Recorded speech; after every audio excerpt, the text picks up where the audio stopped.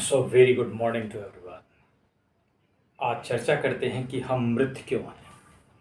Y are we dead और why are you dead. हम इस पे चर्चा करेंगे कि मृत क्यों हैं हम। आपको लगता है आप जीवित हैं, अच्छी बात है। आपको लगता है आप जीवित हैं, मुझे खुशी है इस बात की कि आप जीवित हैं। मैं आपको बधाई देता हूँ कि आप जीवित हैं। पर वैसे तो कार में अगर आप पेट्रोल डाल दो या डीजल डाल दो तो वो भी चलने लगती है, ट्रेन का इंजन भी चलने लगता है। कंप्यूटर में कुछ आंकड़े डाल दो तो कंप्यूटर भी काम करता है, कंप्यूटर भी जवाब देता है। बैटरी लगा दो, काम करता है। ठीक है। मोबाइल की बैटरी चार्ज करते चलती है। पर ये सब जीवित हैं क्या? ऐसा लग नहीं रहा है कि ये जीवित हैं, और ऐसा भी नहीं लग रहा है कि ये मृत हैं। देखो, मनुष्यों की स्थिति अजीब है। तुम जीवित हो कि मृत हो, इस बात पे एक बहुत बड़ी बहस हो सकती है, और ये बहस इतनी बड़ी हो सकती है जिसकी तुम कल्पना भी नहीं कर सकते। मैं सीधे कहता हूँ, क्योंकि ये किसी तरीके से सिद्ध नहीं किया जा सकता कि तुम जीवित हो। तुमने एक लक्षण बना दिए, लिविंग के ये लक्षण है, नॉन लिविंग के ये लक्षण है। लेकिन ये कोई ज़रूरी नहीं है कि तुम जग ही रहे हो, तुम जिंदा हो। इस बात का कोई प्रूफ नहीं है। तुमने कहा जो सांस लेता है वो जीवित है। अब जिसने पहली बार में ये टर्म बनाया होगा जीवन, उसने पता नहीं क्या सोच के बनाया होगा, और उसने ये फैला दिया होगा कि इसको जीवन कहते हैं। ये जीवित चीज़ है, ये हिलती है, ये आवाज़ आती है, इसमें से बोलती है, ये बढ़ती है, ये सांस लेती है, ये बच्चे पैदा कर रही है, तो ये जीवित है। लेकिन वस्तुतः क्या ऐसा ही है? क्या जीवित जीवन की परिभाषा यही है? जीवित होने की परिभाषा यही है क्या? या कहीं ऐसा तो नहीं कि कहीं ऐसा भी कुछ हो कि आप कल्पना ही ना कर सकते हो, जीवन कुछ और ही होता हो और आपको ये बता दिया गया है कि ये जीवन है। कंडीशनिंग इतनी प्यारी कर दी गई हो कि आप कल्पना ही नहीं कर सकते कि ये जीवन है। मेरी बात बहुत ध्यान से समझना। अगर आपको एक चीज़ बताई जाए बार बार कि ये टेबल क्लॉथ है, टेबल क्लॉथ है, तो तुम हमेशा कहोगे, जब भी बच्चों से आगे तक की पीढ़ियों में चला जाएगा, कि ये टेबल क्लॉथ ही है। ठीक है। लेकिन कोई ज़रूरी नहीं, मतलब मान लीजिए ये टेबल क्लॉथ है भी, ठीक है, अगर हम कहते हैं कि टेबल के ऊपर बिछाया गया। वैसे यहाँ पर हर चीज़ पे संदिग्धता व्यक्त की जा सकती है कि टेबल क्लॉथ है क्या। है तो ये एक कपड़ा, उसके अंदर रेशे हैं होने को, तो मैं कह सकता हूँ ये रेशा है, अगर इसके हम मूल में जाएंगे। लेकिन चलिए, हमने अपनी सुविधा के लिए, या कह लीजिए कि कन्फ्यूजन पैदा ना हो जाए, हर चीज़ को एक ही माना जाएगा तो कन्फ्यूजन पैदा हो जाएगा। तो कैसे कहा जाएगा कि मुझे ये चाहिए, मुझे वो चाहिए? तो हमने एक चीज़ का नाम रख दिया, ठीक है। लेकिन जैसे किसी चीज़ का एक नामकरण कर दिया गया कि इसको टीवी कहते हैं, या इसको मोबाइल कहा जाता है। अगर मोबाइल को मोबाइल ना कहा जाता तो हम उसको किसी दूसरे नाम से जान रहे होते। होता वही चीज़, हम कहते हैं कि मोबाइल आलू है, तो आलू आलू जब हम खरीदने, हमें आलू खरीदना है तो आलू की जगह मोबाइल मिल जाता। और मोबाइल आलू होता तो आलू, तो जब आलू खरीदने जाते तो वो मोबाइल के नाम से खरीदते। मोबाइल दे दो तो आलू मिल जाता। सीधी सी बात है कि खाली नामकरण का फ़र्क है, ज़्यादा कोई फ़र्क नहीं महसूस हो रहा है, ना दिख रहा है।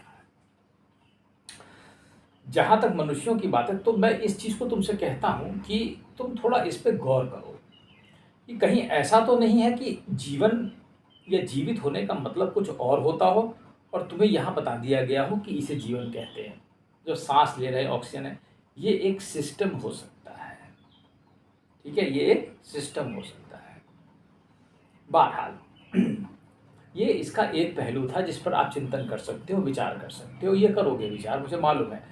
आगे आप नहीं करोगे, आने वाली पीढ़ियां करेंगी, मुझे 100% यकीन है। क्योंकि यहाँ पे जब आदमी के पास धन दौलत सब इच्छाएं पूरी हो जाएंगी तो वो आगे की सोचेगा, और आगे में फिर वो ऐसे ही सोचेगा, क्या मैं जीवित हूँ? अब देखो, मैं इसलिए कहता हूँ मनुष्य या तो सो रहे हैं, ये एक किस्म की नींद हो सकती है। ठीक है, एक ऐसी नींद है जिसमें आपको ये भी पता नहीं चलता कि आप सो रहे हैं। उदाहरण के लिए, आप सपना देखते हैं। आपने सपना देखा, आप उठे और आपने देखा कि सपना गायब हो गया। तो वैसे ही ये संसार भी है।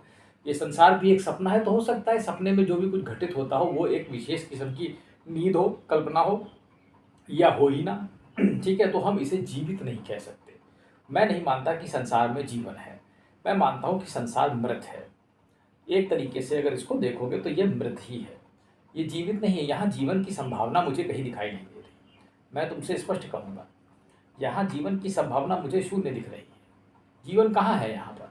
पता नहीं, इसे जीवन कहते हैं क्या? जीवन भर दुखी रहो, दूसरे का बुरा सोचो, ईर्ष्या जलते रहो, काम वासना इच्छा क्रोध इन्हीं में घुटते रहो, पैसा ये नहीं मिला वो नहीं मिला, इसी से लड़ते झगड़ते रहो, जलन से जलते रहो। अगर तुम इसे जीवन कहते हो तो ठीक है, मैं तुम्हारे जीवन को जीवन मान लेता हूँ। मैं कहता हूँ चलो ठीक है, तुम्हारा यही जीवन होगा, तुम प्रसन्न रहो अपने जीवन से। अगर तुम इसमें भी प्रसन्न हो तो ठीक ही है, पर यहाँ आनंद तो है नहीं। वृद्धावस्था आएगी, बीमारियाँ आएंगी, बुढ़ापा आ रहा है, क्या करोगे? क्या करोगे? इनसे तुम बच नहीं सकते। क्योंकि एक फेज से दूसरे फेज में जा रहे हो तो लग रहा है परिवर्तन हो रहा है, लग रहा है जीवन है। छोटे थे भाई, इतने बड़े हो गए, ऐसा कैसे कि जीवन नहीं है? मैं तो, मेरी सोच ऐसी थी, ऐसी हो गई। जीवन कैसे नहीं है? ये गगन पांडे तो पागल है, मैं नहीं पागल हूँ, मैं तो बिल्कुल सही आदमी हूँ। मैं पागल भी हूँ तो भी ठीक ही हूँ, तुमसे मैं कहूँगा। कारण ये है कि ये जीवन जैसा मुझे तो नहीं लग रहा। मैंने तो बहुत ज़्यादा इस पर एनालिसिस कर ली है कि मुझे तो नहीं लगा कि इसे जीवन कहते हैं। देखो मैं तुम्हें बताता हूँ, जीवन को समझने का एक दूसरा अर्थ भी हो सकता है। इसको ऐसे समझेंगे, देखो तुम जो चीज़ करते हो वो एक सिस्टम बेस्ड है। तुम बिल्कुल सामान्य चीज़ें करोगे, सोओगे, उठोगे, जागोगे, एक खाओगे, पियोगे, ये करोगे, नौकरी पैसा, तुम्हें जो चाहिए, जो जो चीज़ें नीड्स हैं तुम्हारी, तुम उन्हें लोगे, ठीक है? और तुम उन्हीं पे काम करोगे, उन्हीं के बारे में सोचोगे। जैसे जैसे विचार तुम्हें दिए जाएंगे, विचारों की गुलामी। तुम एक रोबोट हो, जैसे तुम एआई का रोबोट देखते हो, जैसे तुम्हें बनाया गया, तुम देखते हो वो एआई वाले रोबोट्स आजकल दिखाते हैं, कहीं दुबई में, कभी यहाँ, कभी वहाँ, सिंगापुर में या जापान में। तो तुम उसको देखो, जैसे वो है ना वैसे ही तुम भी हो। क्या उसमें जीवन है? अब वो तो एआई का रोबोट भी बोल रहा है, समझने का प्रयास करना। वो एआई का रोबोट जो है वो भी बोल रहा है, वो भी कुछ बता रहा है तुमको। क्या तुम भी वैसे ही नहीं हो क्या? क्या वो रोबोट में जीवन आ गया है? तो तुम में भी जीवन नहीं है। उसी उसी से सीधे अपनी कल्पना कर लो, सीधे उसी से मिला लो। उसके पास भी एक इंटेलिजेंस है, तुम्हारे पास भी एक इंटेलिजेंस है। उसकी इंटेलिजेंस भी डेड है, तुम्हारी भी इंटेलिजेंस भी डेड है। उससे जो कहोगे उतना ही करेगा, थोड़ा बहुत जो उससे जितना प्रोग्राम किया गया होगा उतना ही काम करेगा, तुम भी उतना ही करते हो। तो तुम जीवित कैसे हो, मुझे ये बताओ।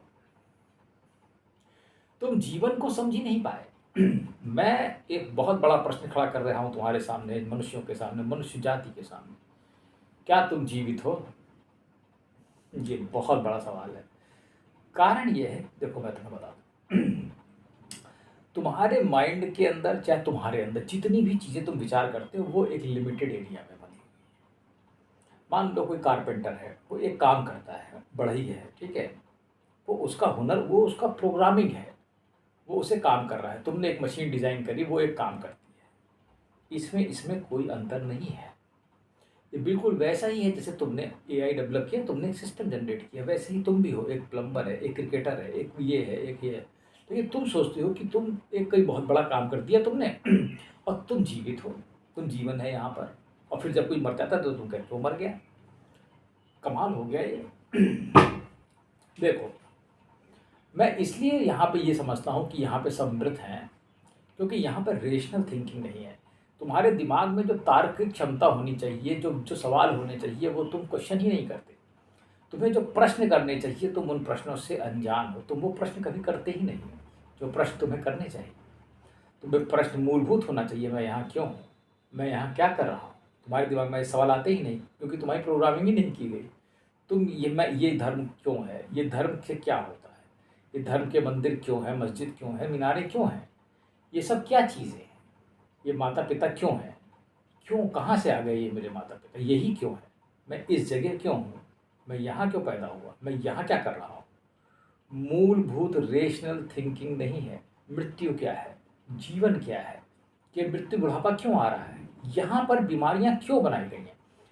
तुम मूलभूत सवाल से लड़ने के बजाय तुम गोली खाना शुरू कर देते हो। अब गोली तो खानी पड़ेगी, अगर मैं भी बीमार होगा तो गोली खाऊंगा, नहीं तो मैं मर रहा हूँ। पर यह है कि उस गोली को तो खा लो, लेकिन उसके बाद ये भी विचार करो कि क्या ऐसा ही है ये।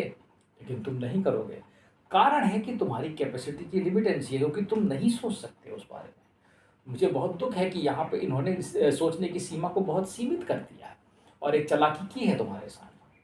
मानो चाहे ना मानो, ये तय है, तुम्हारे साथ एक थोड़ी सी खेल खेला गया है कि तुम इसके आगे नहीं सोच पा रहे। तुम समझे मेरी बात का मतलब, कि तुम जितना सोच रहे हो, जितना, वो सब यंत्रवत है। एक यंत्र है एक किस्म का, जैसे एआई की मशीन, वैसे ही तुम्हारी प्रोग्रामिंग, उतना ही तुम काम करते हो। कुछ कारोबार कर रहे हैं, कुछ खेती कर रहे हैं, कुछ कुछ कर रहे हैं, कुछ कुछ कर रहे हैं, खा पी रहे हैं और जी रहे हैं। जीवन कहाँ है मुझे नहीं मालूम। इसीलिए मैं तुमसे कहता हूँ अपनी सोच का विस्तार कर पाओ तो कर पाओ, लेकिन वो सोच का विस्तार ऐसे हो ही नहीं सकता, मैं ये भी समझ गया हूँ। कारण ये है, वो जिसको दिया जाता है वो बहुत थोड़े लोगों को दिया जाता है, और उन थोड़ों में से भी वो पता नहीं कोई एक ही होगा जो समझ पाएगा उसको आगे जा कर के, वो शायद बुद्ध बन जाता है बस, एक आध। बाकी तो सब ऐसे ही बैठे हुए हैं, वही एक आध बुद्ध, जीसस और नानक और ये सब बन जाते हैं, और वो आगे जा कर के उसको चलाते हैं, वही बस चीज़ें हैं। बाकी तुम तो यहाँ सिर्फ एक गुलाम हो, मैं तुमसे कहूँगा, एक मशीन हो, यंत्रवत काम करते रहो। फिर भी मैं तुमसे ये कहूँगा कि अगर तुम्हें थोड़ी सी अगर कहीं से आशा की किरण या चेतना तुम्हें मिल जाए या प्रकाश के दर्शन तुम्हें हो जाए, तो उसको छोड़ना नहीं, उसके पीछे लगो और खोजो कि तुम जीवित हो जाओ। यही सबसे बड़ा बात है। धन्यवाद।